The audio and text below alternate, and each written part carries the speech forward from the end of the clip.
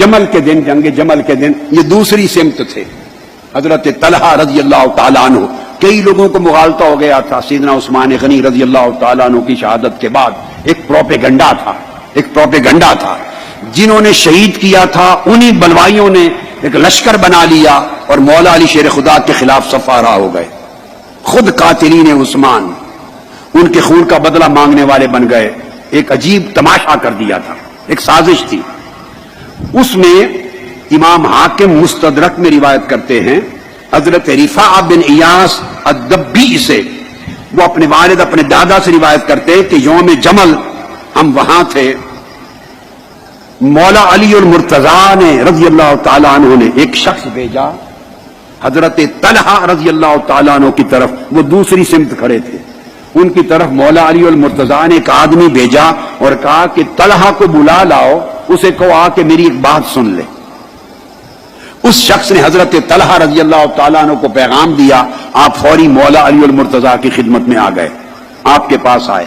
مولا علی المرتضیٰ نے فرمایا میں تمہیں خدا کی قسم دیتا ہوں، اے میرے بھائی طلحہ، تمہیں خدا کی قسم دے کے کہتا ہوں کہ تم نے اپنے کانوں سے تاجدار کائنات صلی اللہ تعالی علیہ وآلہ وسلم کی زبان اقدس کے یہ الفاظ سنے ہیں یا نہیں؟ جب آقا فرما رہے تھے من کنت مولا فعلی مولا، جس کا میں مولا ہوں اس کا علی مولا ہے.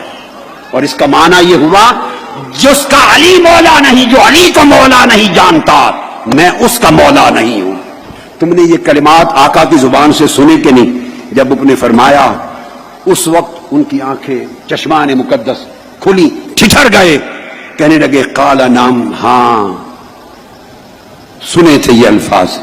آپ نے پوچھا پھر میرے مقابلے میں دوسری سمت کیوں کھڑے ہو؟ انہوں نے کہا خدا کی قسم مجھے یاد نہیں رہے تھے. اسی لمحے توبہ کرتا ہوں. اسی لمحے توبہ کی اور توبہ کر کے پلٹ گئے. وہ تائب ہو کر مڑ گئے. جب واپس جا رہے تھے وہ لشکر چھوڑ کر، تو امام ابن عبد البر اور امام حاکم، امام ابن سعد اور حافظ ابن جرسقلانی سب بیان کرتے ہیں کہ اس پر کوئی اختلاف نہیں. جب ان کو پلٹتے ہوئے دیکھا مروان بنو امیہ کا کہ لشکر کا ایک بڑا لیڈر تھا، مروان نے دیکھا، اس نے پیچھے سے تیر مار کر حضرت طلحہ کو شہید کر دیا.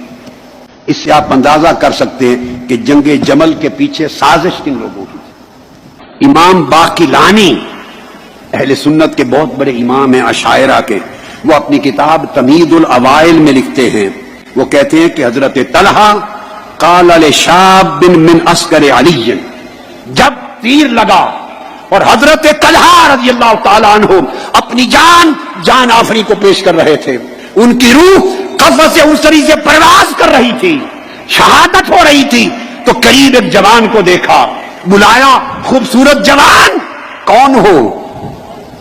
اس نے کہا میں مولا علی کے لشکر کا ایک سپاہی ہوں.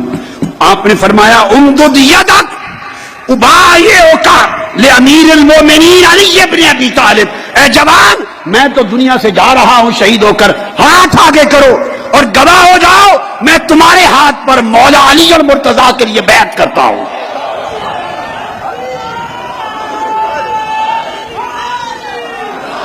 حضرت طلحہ رضی اللہ تعالیٰ عنہ نے اس جوان کے ہاتھ پر بیعت کی جس کا درجہ خود حضرت طلحہ سے کم تھا.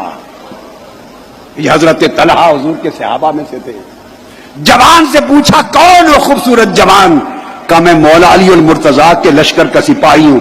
فرمانے لگے میں جا رہا ہوں، جام شہادت پی رہا ہوں، ہاتھ بڑھاؤ گواہ ہو جانا، حضرت علی کو بتا دینا کہ میں نے آپ کے ذریعے ان کے ہاتھوں پر بیعت کر لی ہے. یہ جھنڈے اٹھانے ہیں تو علی کے اٹھاؤ، جلوس نکالنے ہیں تو ان کے نکالو، فیضان کے چشمے جاری کرنے ہیں تو ان کے جاری کرو. شہید ہو گئے. وہ کہتے ہیں میں دوڑ کر مولا علی المرتضیٰ کی بارگاہ میں پہنچا اور جا کے خبر دی کہ یہ واقعہ حضرت طلحہ کا ہوا ہے.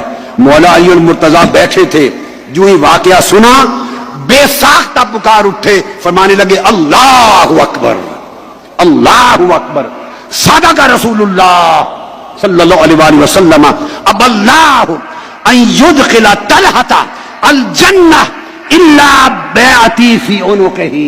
فرمانے لگے اللہ اکبر، حضور علیہ السلام کا وعدہ سچا ہے، اللہ نے طلحہ کو اس وقت جنت میں داخل ہونے کی اجازت دی جب اس نے میری بیعت اپنے گلے میں ڈال لی۔ اس وقت تک جنت کا دروازہ بند رہا جب تک میری بیعت، چونکہ خلافت راشدہ کا دور تھا، تو اس کے گلے میں میری بیعت کا توق پڑا تو جنت کے دروازے رب کریم نے کھول دیے۔ فرمایا میرے مصطفیٰ نے سچ فرمایا تھا۔ اور حدیث کے ایک اور لفظ ہیں، اس موقع پر نہیں میں بتا دوں، میرے آقا نے فرمایا علی کو خطاب کرتے ہوئے، فرمایا علی تم جنت کے تقسیم کرنے والے ہو، تمہارے اوپر فیصلہ ہوگا، جو تجھ سے محبت کرنے والے جنت میں جاتے ہیں، بغض رکھنے والے دوزخ میں جاتے ہیں۔